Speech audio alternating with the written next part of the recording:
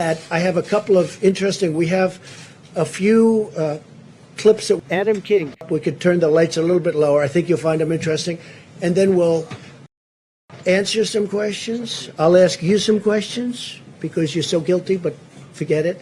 But most importantly, we're going to get back onto the reason we're here, which is clips of Adam King. Please, you could put it on. Thank you. He's simply ravishing. There you go. The theme song.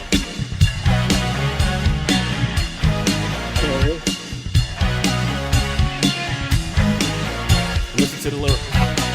He's simply ravishing. He's happening. He knows that he's cool. All the girls go crazy. They don't know what to do. He's still gonna make our heart leave you a fool. He's simply ravishing, dazzling, ravishing.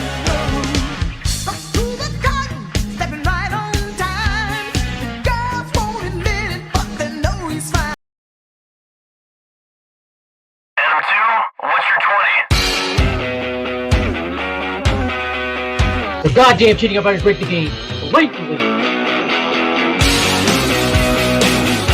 Wilson clearly got the game heading strike three, and the goddamn cheater got his ball. Blatantly rigged.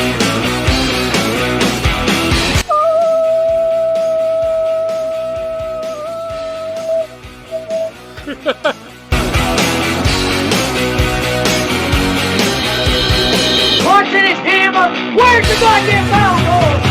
Are you kidding me? Hello everybody, welcome into Bringing In with Adam King. That's me, the King Source. Remember, first of all, subscribe to the channels here at NYY News and the King Source. Watch the videos all the way through, like them. It helps everybody out. Trust me, if you want to help out the YouTubers, the best thing you do is watch all the sports ones you can from all the channels you can. It's the way these YouTube analytics work. So we're going to talk today about the Yankees, about yesterday's big news. We'll get into that. A little bit about my personal life, and we'll go through things like that.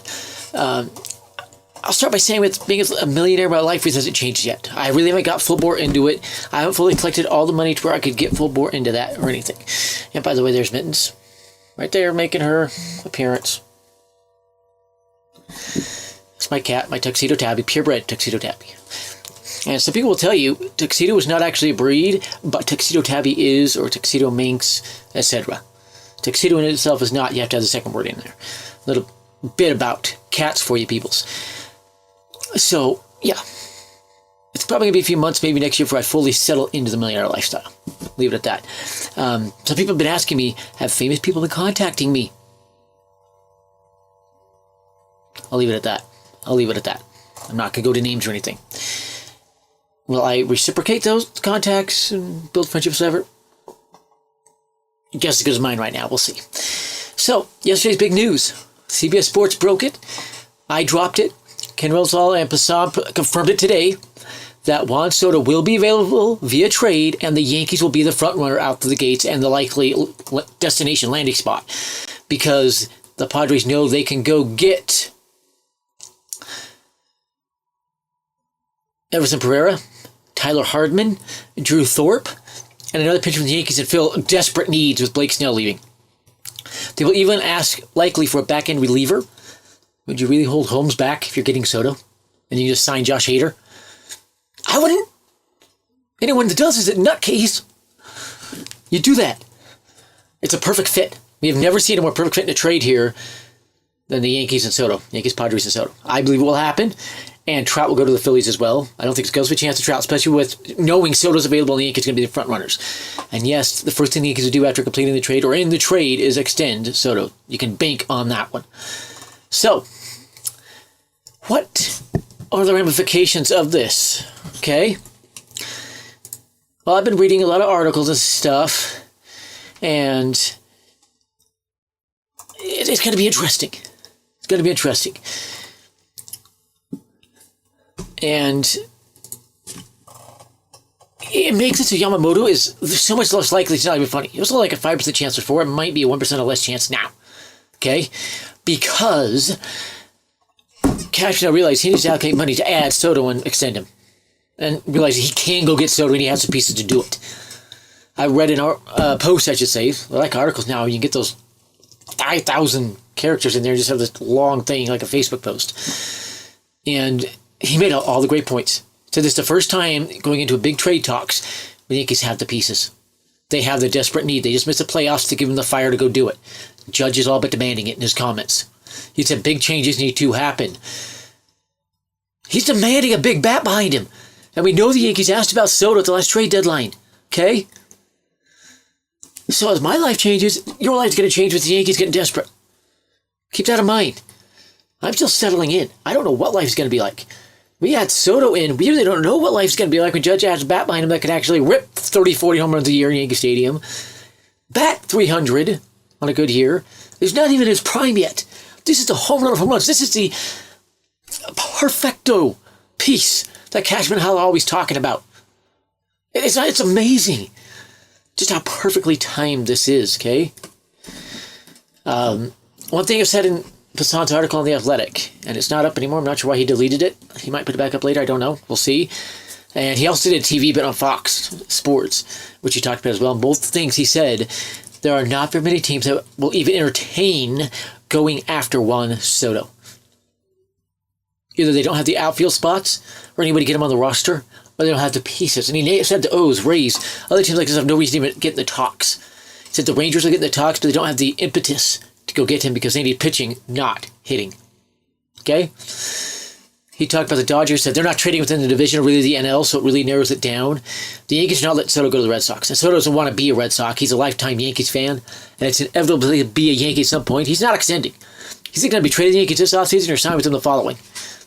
Kind of why the Yankees have been waiting here. Now they can go get that big middle-of-the-order lefty bat. Okay? It won't be the only one. Cashman wants 2 lefty bats this offseason. So does Hal. So it'd be the second one. Yadier Candelario or Ryan McMahon. Players who can play third base. I think they try for McMahon first, then settle on Candelario. Okay? And they're both interested in joining the Yankees. Remember, McMahon's under the contract through 2028. Looking at the same situation Nolan Arenado was the year he was traded as well, 2 years from an opt-out. The signs are there, guys. The signs are there. And if you wonder what's going on with this eye, or excuse me, this one, that is where I hit right there when I got the concussion. And yeah, I have a wandering eye. It's not bad anymore, but yeah, it wanders. You just explained that because some people have mentioned it. So the other ramifications, Blake Snell just became so much more likely, it's not even funny. And the projections on a Blake Snell contract, 5 years, $105 million. Yeah, that's the projection right now. If you're the Yankees, why wouldn't you go out there and offer him 7 years, $150 million? You'd make it $168 million, give him the record. And then you can go sign Imanaga, get a great number 5 starter. Go sign Josh Hader, have your big-time closer, best closer in baseball, and just load up. Get a couple of hitters, load up on that pitching. Then you can start bringing these young guys up like Spencer Jones, who will be up next year. It's guaranteed. He might even be an opening day roster. He's that ready. He's breaking better than Volpe was at AA. And has more games at AA than Volpe did. He's hitting better than Dominguez was at AA. So at the worst, Spencer Jones will start in AAA. I'm going to say by the end of May, he will be up. Okay? Be ready for that one. Could they add depth to the bullpen? Yeah, they always could, but they've got plenty of young pitchers. And that's where it comes to the advantage. Padres need young pitching. Nobody has more young pitchers than the Yankees do. The Yankees have 23 at AA and above who are projected MLB pitchers. I'm not talking aces. We're talking potential MLB players. They could also offer Clark Schmidt or Nestor Cortez. Keep this in mind. Keep this in mind. So what would the lineup look like? It's going to have DJ LeMahieu up top. He's going to move back to second base because they want to have a big lanky guy there. If Volpe is in the package for Soto as expected, because the Padres' second baseman, Ha-Seong Kim, just became a free agent. As soon as their last game is over, he's a free agent. They've got to figure out second base. You bet they're asking the Yankees for an infielder to put at second base and let Ha-Seong Kim go somewhere else. So Volpe will very likely be in the package. It's what it is. He flopped. Go watch my video on my channel. I had a video about that earlier in the year where it flopped. I might even get a link to that down in the description below. We'll see. But yeah, DJ LeMahieu lead off. He'll be at second base full time. It's 2 more years under contract. Remember that 2026 is a option year. We'll see what the Yankees do with that. More likely than not, they exercise it, by the way. It's not guaranteed, just more likely than not. Second is going to be either Aaron Judge or another contact hitter. If Jason Dominguez is healthy, it'd be him. I guarantee it'd be Dominguez. With Dominguez not healthy coming back, we'll see. I still think he'll be back for opening day. Might not hit right off the bat, but I think he will. Late April, early May seems more likely, but I think he'll be ready for opening day. He'd be second, otherwise it'll be Judge. Then Juan Soto third. And then fourth, it depends what the Yankees decide to do with Giancarlo Stanton. Because the Angels are not going to sit by and go grab a big bat to be their star. One from LA just happens to be on the market for the right offer. Giancarlo Stanton. Guaranteed to be the next player to get to 500 career home runs. Yeah. You bet the Angels are going to be checking in on that one. If you see me looking around, I'm just checking out things. It's the way I am. Coping stuff with OCD. And so that will leave the fifth spot in that lineup up for grabs. Then you would have Ryan McMahon or Candelario fifth. Sixth, so we have to start going to young guys. Young guys. Or seventh, depending on the lineup. I would put Wells here, but it'd be nice to have a right-hand hitter here. So maybe Trevino, if he's playing. Everson Pereira is going to be gone. He'll be on the Soto trade. I can guarantee you that one. He's going to be one of the focal pieces of that trade. So you think who the Yankees' right bats will be? Torres will be traded. He could be the one that actually goes to the Padres to fill their second base hole. Be very, very easy to see that one.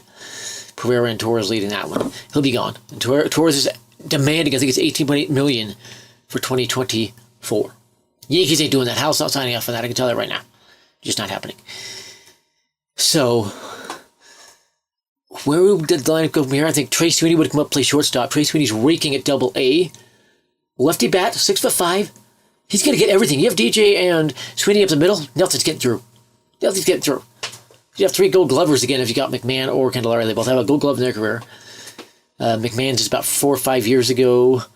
Candelario's was with the Tigers about 6-7 years ago. Going to be interesting. Interesting to see how this lineup would shake out. Right now I'm going to put Stanton at DH at 5th. Okay. Or 4th, I think it is. This lineup. Then we have McMahon 5th. 6th, I'm going to say Austin Wells give McMahon a little protection. 7th, this is where it gets hard because center field, I'm going to go Pereira. And stacking up lefties like this, you've got to have them all 3 lineups, not a bad idea, by the way. It's actually a pretty good idea. Then I'm going to say Jose Trevino, the catcher, 8th, and then 9th is where Sweeney would actually come in. Okay? So you have a load-up lineup, good bats up and down the lineup. The deep lineup has got to get hits. They're going to drive runs in. Yeah, that'd be a great lineup. As for Cody Bellinger, there's almost no chance the Yankees get him. None. The Cubs can do everything they can to extend him, and I'm told they're preparing an 8-year extension for at least $240 million, if not more. The Cubs aren't just letting it get away, and the Yankees aren't going to go match that when they're going to be going grabbing Soto. Trust me. So it'll be interesting to see how they shake up the outfield. I think we will see Judge, Soto, Dominguez at some point in 2024. Or 3, excuse me. And 2024. But 2023. Or 2024, excuse me. Yes, 2024. Going next year. Brain flummox. Don't suffer from concussion, kids. Don't do it. Don't do it. So, think realistically here. Don't go ahead saying you can grab all these players. Think realistically. Then go out and get these 5 players I mentioned. Hader, Snell, Imanaga, Soto, and McMahon. And keep the salary under $250 million. Yeah. They can do it. $20 million for Snell, about $22 million for Snell per year. You're talking probably about $13 million for Hader per year. That's not projected for $20 million for Hader. That ain't happening. Relievers just cannot get above $50 million per year anymore. 12 to $30 million is the max now. So we'll say $30 million a year. It's about $35 million. And yet Imanaga is only about $10 million. That's about $43 million. You get Soto in, pay him his $35 million a year. You've taken the salary up to about $250 million. And with Ryan McMahon, you could pretty much send salary back and forth. Okay? And with trading Torres, it really helps too, and it really lowers it as well. Keep that in mind. If they trade Stanton, it lowers it even more. This is the kind of finagling you can do if you're a good GM. Most GMs can do it. Most cannot. So what would be the unlikely move we always see every year? Kind of thinking for an outfielder or a relief pitcher. Seems to be Cashman's specialty. And I'm kind of thinking a free agent move this year. Just doesn't feel like a big mystery trade coming because Cashman wants to get back at Hal for making him out to be the bad guy. Yeah. Cashman's not the bad guy. Let me explain this. The GM of a baseball team has very little to do with trades. The trades are done by the president of baseball operations, okay? For the Yankees, that is Randy Levine. Remember Theo Epstein making all those moves? He was president of baseball operations for the Cubs. He could. The GM has very little to do. He'll make phone calls, he'll be able to do negotiations, but he has very little to do with the trades. Okay? He could be the one that takes the trade from Levine to Howell. But the trades are Levine. And Levine admitted he did the IKF Donaldson trade, he did the Hicks trade, he did the Montes trade. All the bad ones. The last actual trade Cashman did was Granderson, by the way. That was a home run of a trade. He got 40-plus home runs 5 years in a row, I think it was. Great trade there. Great trade. Lefty bat, everything. Soto fits this. Remember they said young, controllable players. 24. He'll be 25 next season. You sign that to a 12-year deal without blinking. You know, I'd make the last 3, maybe 4 years vesting options, make him earn them. Yeah, you sign that without blinking. Okay? So, think about the bench next year. I think Jake Bowers will be back. He's under team control, very cheap. Keep that in mind. Very cheap under team control. He somehow has arbitration. I don't know how. I think he'll be back. Oswaldo Cabrera will be back. Wells will be back. I think Horford and Higashioka are DFA'd or non-tendered. And then you have that last spot to kind of fill in. Could that be Peraza? Maybe they keep Oswald Peraza around as a shortstop. Or bench bat. They can move around. Vlad Cabrera can do that as well. So the Yankees will have flexibility, okay? Think realistically again. Don't just go throwing trade ideas out, throwing anything out there. Michael King's not getting traded. Trey Sweeney's not getting traded. Wells is getting traded. Dominguez is getting traded. Spencer Jones is not getting traded. G.J. Winfield not getting traded. Chaparro is. Hardman is. Josh Bro, gone. Okay? Ben Rice, likely. I don't think he will be, but likely. Antonio Gomez, yeah, you bet they're going to trade him. And that's the other thing the Padres need is a catcher. Yankees are loaded with them. Again, it's the perfect fit. Keep this in mind. Okay? Keep this in mind. Have a great day, everybody. Remember, the King Source loves you.